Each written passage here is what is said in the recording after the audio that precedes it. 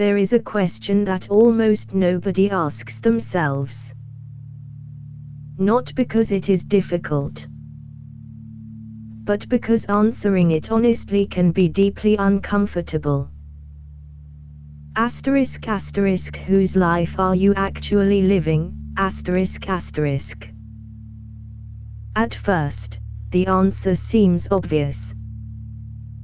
After all, you're the one making the decisions. You're the one waking up every morning. You're the one carrying your responsibilities.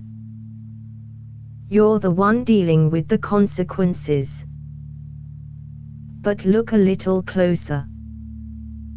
How many of your choices truly belong to you? How many came from expectations you never questioned? How many dreams were inherited instead of discovered? How many opinions became yours simply because you heard them often enough, without realizing it? Many people spend decades borrowing a life that was written by someone else. A borrowed definition of success. A borrowed timeline. A borrowed identity. A borrowed destination. And because everyone around them seems to be following the same map, they never stop to ask whether the map leads somewhere they actually want to go. Imagine walking into a tailor's shop. You ask for a suit. Instead of measuring you, the tailor hands you one that was made for someone else. It may be beautifully designed, expensive, well respected. Everyone might even compliment it. But if it doesn't fit, every step feels uncomfortable. Many people are wearing lives that don't fit them. Not because they chose them, because they inherited them. From family, from culture, from comparison, from fear. Some people grow up believing success has only one appearance: a certain job, a certain income, a certain house, a certain path. They spend years chasing it, not because they love it, but because they've never imagined another possibility. Then one day they arrive. Everything looks successful from the outside. Yet something inside feels strangely empty. Not because success is meaningless, because borrowed success never feels like home. There is a difference between achievement and alignment. Achievement is reaching a destination. Alignment is reaching one that actually matters to you. Without alignment, every victory feels strangely temporary. The applause fades. The excitement disappears. And you're left asking a question you never expected. Why doesn't this feel the way I thought it would? Perhaps because your heart wasn't chasing the goal. Your conditioning was. Human beings are remarkable imitators. From childhood, we learn by copying. We copy language, habits, beliefs, behaviors. This ability helps us survive. But eventually there comes a time when imitation becomes limitation. If you never stop copying, you never discover yourself. Think about a river. It doesn't compare its path to another river. It flows according to the landscape beneath it. One river winds through mountains. Another crosses forests. Another reaches the ocean by a completely different route. None of them are wrong. Yet people constantly compare their journey to someone else's. My friend is already successful. They're married. They own a business. They seem ahead. Ahead of what? Who decided the race? Who created the timeline? Some of the pressure you feel was never created by reality. It was created by comparison. Comparison quietly convinces you that another person's schedule should become your own.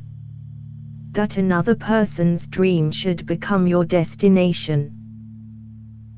That another person's pace should determine your worth. But comparison has one major flaw. It shows outcomes. It rarely shows context.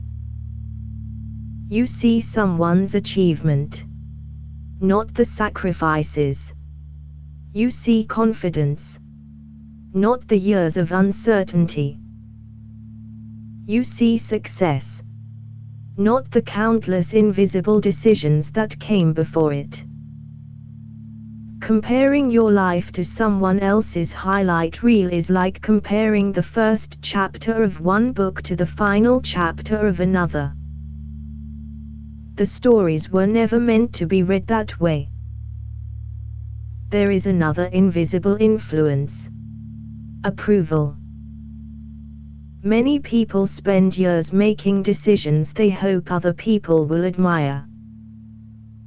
Choosing careers because they sound impressive. Buying things because they create an image. Living according to expectations that were never their own. Approval feels rewarding. For a moment. But approval has an appetite. Once you depend on it, you constantly need more. Another compliment. Another achievement. Another reason to feel enough. The danger is that you slowly hand other people the responsibility of deciding how valuable your life feels. And that is a responsibility no one else can carry well. Because people change. Opinions change. Expectations change. If your peace depends on external approval, your peace will always be temporary. Imagine building a house on sand. At first it seems stable. Everything looks fine. But the foundation shifts. Eventually the structure follows. A borrowed life has the same problem. It may look impressive, but it rests on unstable ground. There comes a moment in every meaningful life when a difficult question appears. If nobody expected anything from me, what would I choose? Not because expectations are always wrong. Some are wise. Some are helpful. Some come from people who genuinely care. But even good advice deserves examination. Because advice should become a compass, not a cage. The people who inspire us most rarely copied someone else's path perfectly. They observed, learned, adapted, then built something uniquely their own. Originality is not rejecting everyone else's wisdom. It is refusing to disappear beneath it. Many people fear making their own choices because uncertainty feels frightening. Following someone else's path offers comfort. Someone has already walked there. Someone has already approved it. Someone has already proven it can work. But there is another fear worth considering. The fear of reaching the end of your life and realizing you successfully fulfilled someone else's expectations, while quietly abandoning your own. That is a different kind of regret. One that cannot easily be repaired. Imagine an artist spending years painting exactly what everyone else wanted, eventually becoming famous, respected, celebrated, but never once creating the painting they truly wanted to make. Would success erase the emptiness? Or would it make the silence even louder? Many lives unfold in exactly that way. Externally admired, internally disconnected. The solution is not rebellion. It is awareness. Awareness asks different questions. Instead of asking, "What will people think?" it asks, "What feels true?" Instead of asking, "What is everyone else doing?" it asks, "What matters most to me?" Instead of asking, "What will people think?" it asks, "What feels true?" Instead of asking, "What is everyone else doing?" it asks, "What matters most to me?" Instead of asking, "What will people think?" it asks, "What feels true?" Instead of asking, "What is everyone else doing?" it asks, "What matters most to me?" Patience, silence, and silence has become increasingly rare. Modern life constantly tells you what to want, what to buy, what to chase, what success should resemble, what happiness should look like. If you never spend time away from those voices, how will you ever hear your own? Sometimes clarity doesn't arrive because the answer is hidden. It arrives because the noise finally becomes quiet enough to notice it. The strongest compass you will ever possess is not public opinion. It is honest self-awareness. Not perfect certainty. Just enough honesty to admit when something no longer fits. Just enough courage to change direction. Just enough trust to believe your own path deserves to exist. There is no single correct way to build a meaningful life. Some people build companies. Others build families. Some create art. Some teach. Some travel. Some dedicate themselves to service.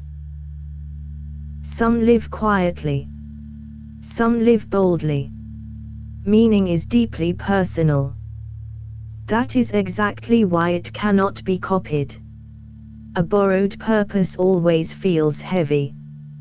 Because your heart knows it was never yours to carry. One day, the applause disappears. The comparisons stop. The expectations fade. What remains is the relationship you have with your own life. Were you present for it? Did you make choices that reflected your values? did you allow yourself to evolve? Or were you constantly trying to become the version of yourself that everyone else preferred? Life is remarkably generous. It gives us opportunities to change direction long before the ending arrives. The path behind you does not imprison the path ahead. You are allowed to rethink. You are allowed to outgrow old ambitions. You are allowed to release dreams that were never truly yours. You are allowed to begin again. Not because you failed, because you finally became honest. There is incredible freedom in realizing that your life is not a performance. You do not exist to satisfy every expectation. You do not exist to imitate every success story. You do not exist to follow every trend. You exist to live a life that reflects what you genuinely value. That requires courage.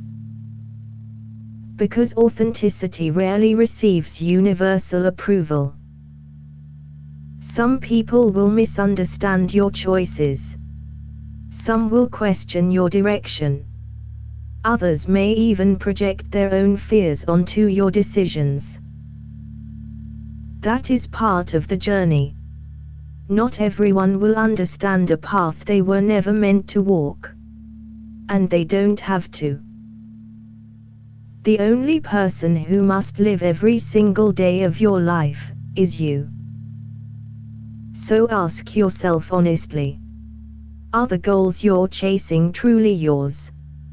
Are the standards you're living by ones you consciously chose? Or are they simply expectations that quietly became habits? You do not need permission to examine your own life. You do not need permission to redefine success. You do not need permission to choose meaning over appearance. Because in the end, people will remember your accomplishments for a while. But you are the one who has to live with your choices every single day. Make them your own.